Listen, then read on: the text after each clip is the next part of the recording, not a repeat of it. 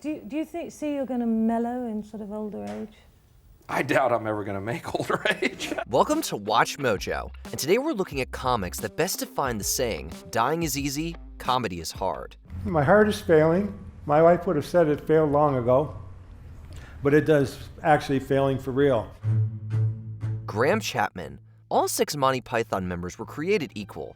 As King Arthur and Brian, though, Graham Chapman took center stage. He'd sadly be the first Python to leave this world after a malignant tumor was discovered on a tonsil. At the top of the showbiz headlines, Graham Chapman, one of the founding members of the Monty Python's Flying Circus Troupe, died yesterday in London. Even with chemo and surgeries, the cancer spread to a point beyond containment. While dealing with his health crisis, Chapman found the strength to appear on the 20th anniversary special for Monty Python's Flying Circus. Although Chapman didn't participate in a new sketch that was ultimately scrapped, he sat alongside his fellow Pythons in a cupboard that Steve Martin opened. Where are they now?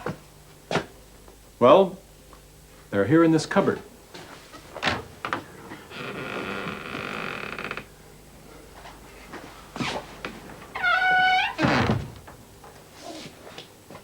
Sad, isn't it? It's brief, and Chapman's weak physical state is evident, but he got one last laugh prior to passing in October 1989, a month before the special aired. Steve, can you leave the door open, please, so they can see us? It's the whole point of the thing. Reunion, see us all again, Steve. Sean Locke.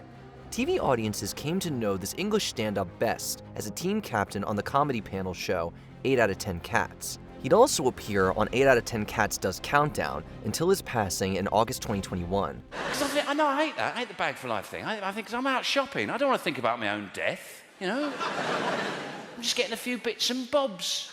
Don't want to consider the end. After overcoming skin cancer in the 90s, Sean Locke received an advanced lung cancer diagnosis during his final years. Although some knew what he was going through, Locke otherwise kept his condition private while still working. His final episode aired in February 2022, 6 months after his death. Today, the world of comedy remembered Sean Locke, who has died at the age of 58. He was best known for his appearances as a captain on 8 out of 10 Cats and his stand-up. Fellow captain and comedian John Richardson recalled being upset throughout the episode's taping, knowing how sick Locke was. At the same time, Richardson was in awe of how effortlessly hilarious Locke remained to the end. I'm ironic. Let's see who goes first, me or the bag? Madeline Kahn, best remembered for her uproarious work in Mel Brooks comedies, even scoring an Oscar nomination for Blazing Saddles, Madeline Kahn brought the laughs well into the late 90s. Ain't it a crying shame? I'm so tired. This comedic actress was a regular on the sitcom Cosby when she received an ovarian cancer diagnosis in 1998. Kahn continued to play neighbor Pauline Fox, marrying her partner John Hansberry behind the scenes. After a weekend of pampering here, Ruth will be like a clam whose shell has been steamed open to reveal the beautiful mollusk within. I'm just saying what they said in the brochure. After receiving treatment for almost a year, Kahn went public with her condition a month before dying in December 1999. Her final episode, one for the books, aired on December 22nd. It was followed by a tribute episode entitled Loving Madeline. The next year, Cosby was canceled. The show, that is. Despite the sitcom's titular star's downfall, Kahn is forever a comedy legend. It has been, I would say, 12 years now. Pauline, this stuff has been fermenting for 12 years. Would you prefer to switch to water? No, I like this. This makes me very happy. Yeah? Okay, well, I'll open another bottle. Bill Hicks. Bill Hicks gained a following with his dark sense of humor. Some didn't realize just how grim his comedy could be. I guess I'm a heavy smoker. I go through about 2 lighters a day. Yeah. And, yeah, is that a lot? Yeah. But, I just want to tell non-smokers that something they probably don't know, but they should. Non-smokers die every day. Okay. Sleep tight. Hicks started touching upon death, saying any performance could be his final curtain. Unbeknownst to audiences, Hicks wasn't kidding. In 1993, Hicks learned that he had pancreatic cancer, which reached his liver. David Letterman didn't know Hicks was undergoing chemo when he performed on his show that October. I'm getting that look a lot these days because I started smoking again, and I had 9 months without a cigarette, and I started again, and I'm getting that look. Are you applauding me starting or stopping? What The smokers are, hey, you're back. Due to the set's edgy content, Hicks's appearance was removed. Letterman regretted this after Hicks died in February 1994, eventually airing his routine in 2009. So we could take a look at Bill's shot on the program that never got on. And let me again, if I haven't previously, just apologize for the heartache and sadness that my decision caused you and your family. And of course, made all the worse by the knowledge that at the time Bill was terribly, terribly sick. Shortly before his death, Hicks worked on a TV pilot called The Counts of the Netherworld. He also finished recording the posthumously released comedy albums Arizona Bay and Rant in E minor. I hope they know this is the nice stuff. Too. This is. Let me tell you. They come up, they call me up. Bill, we'd like you to come on, but don't be yourself. The Amazing Johnathan. Mixing comedy and magic, The Amazing Johnathan, Edward Selish, was a natural fit for Las Vegas, where he regularly started performing in 2001. It's an illusion. Of course, if I can't fix this, it becomes a reality damn fast. So what I want you to do is to take this, put it in your pocket, and if something goes wrong, you take it to a bank, you explain what happened, and they'll tell you exactly what you can do with that. In 2007, news broke that Johnathan had been diagnosed with a heart condition. Despite his heart issues, Johnathan remained a Vegas staple until 2012, going on tour the following year. He returned to Vegas in 2014, but with his health declining, Johnathan announced his retirement. I retired. I don't do shows anymore. I did my last shows at the Magic Castle. I got my affairs in order, and that's it. Thank you all very much for coming out. Johnathan thought he wouldn't live longer than another year. To his surprise, Johnathan overcame the odds, returning to the stage and serving as the subject of 2 documentaries. Although he lived with his condition for over 2 decades, Johnathan couldn't make it magically disappear. He took his final bow in February 2022. His wife posted a heartfelt tweet saying he died in her arms at home, not in pain. Louie Anderson, popping up in 80s comedies like Coming to America and creating 90s shows like Life with Louie, this stand-up comedian's career spanned almost 4 decades. Louie Anderson's most acclaimed work came late in the game, with his Emmy-winning performance as Zach Galifianakis' mom on Baskets. Great opportunity for me to debut Dill Pickles. Who's that? He's my character that I told you about. You know, I've been researching, practicing. Oh, why not bread and butter pickles? They're so tasty. Have you ever had them? That's not really the point, Mom. Anderson appeared in other shows and movies during this time, even reprising his role as Maurice in Coming to America. Tragically, this would be his last film performance. There's no meat. There's no meat. Beautiful, leafy taste. Oh, delicious. Maybe it would taste much better with a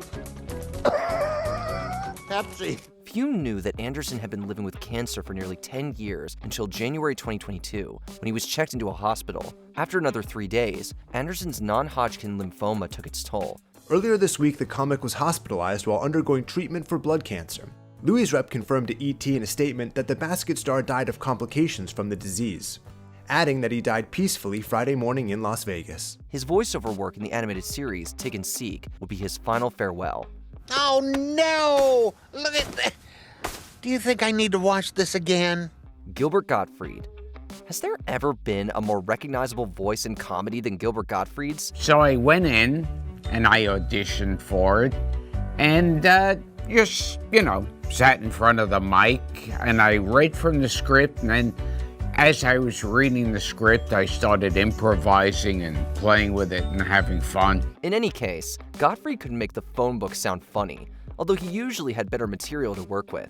A one-of-a-kind talent, Gottfried also unfortunately lived with a rare genetic muscle disorder called type 2 myotonic dystrophy. While it's unclear when Gottfried was diagnosed with this incurable disease, his family described it as a long illness. Gottfried never took an extended break from the spotlight, leaving fans shocked when he suddenly died in April 2022. Gottfried's family revealed he died on Tuesday, writing on social media, quote, "In addition to being the most iconic voice in comedy, Gilbert was a wonderful husband, brother, friend, and father to his 2 children.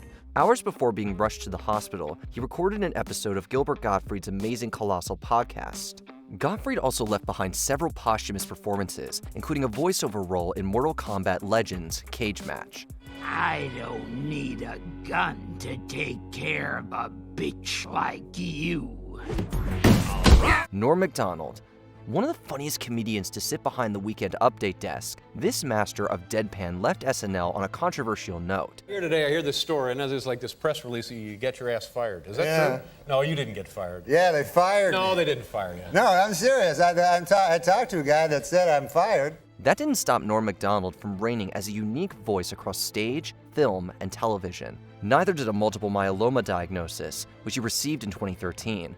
Facing it privately, Macdonald was seemingly out of the woods until his health took a turn for the worse in 2020. In June of that year, he made a comedy special with some of his friends, which would be posthumously released under the title Norm Macdonald Nothing Special. He goes, sounds like chronic fatigue syndrome to me.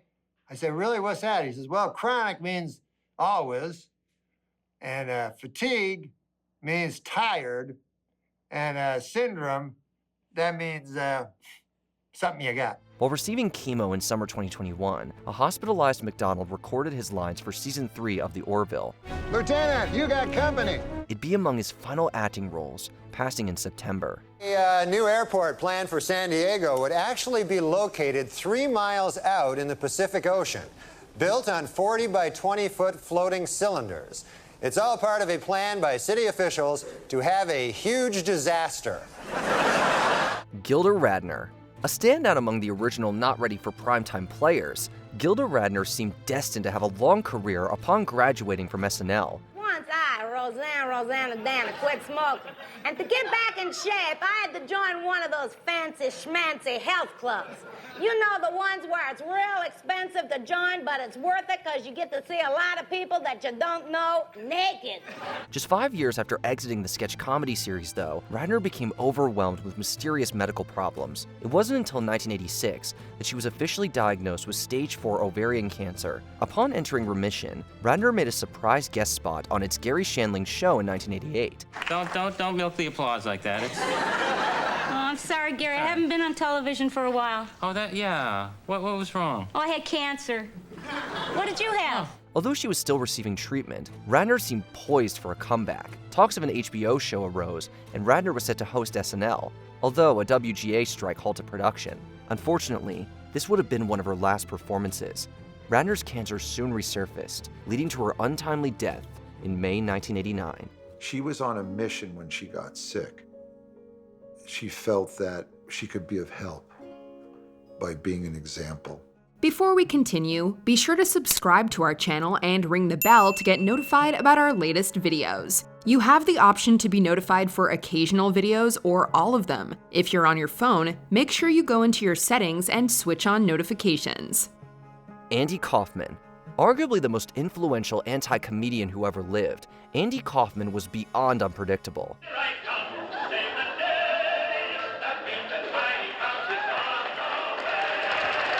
When he received a lung cancer diagnosis between late 1983 and early 1984, some weren't sure if Kaufman was serious. Watching him perform, though, audiences could sense he wasn't in the best health.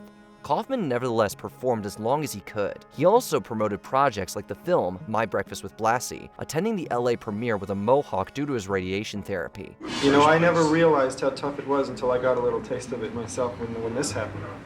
And I know what you mean now. Yeah. This was Kaufman's last public appearance before his death 2 months later in May 1984. Some still weren't convinced that Kaufman was gone, and even decades later, some like to believe he's playing an elaborate prank. Whatever you think, nobody can deny Kaufman's commitment to his craft. We have the bands, live bands. We have the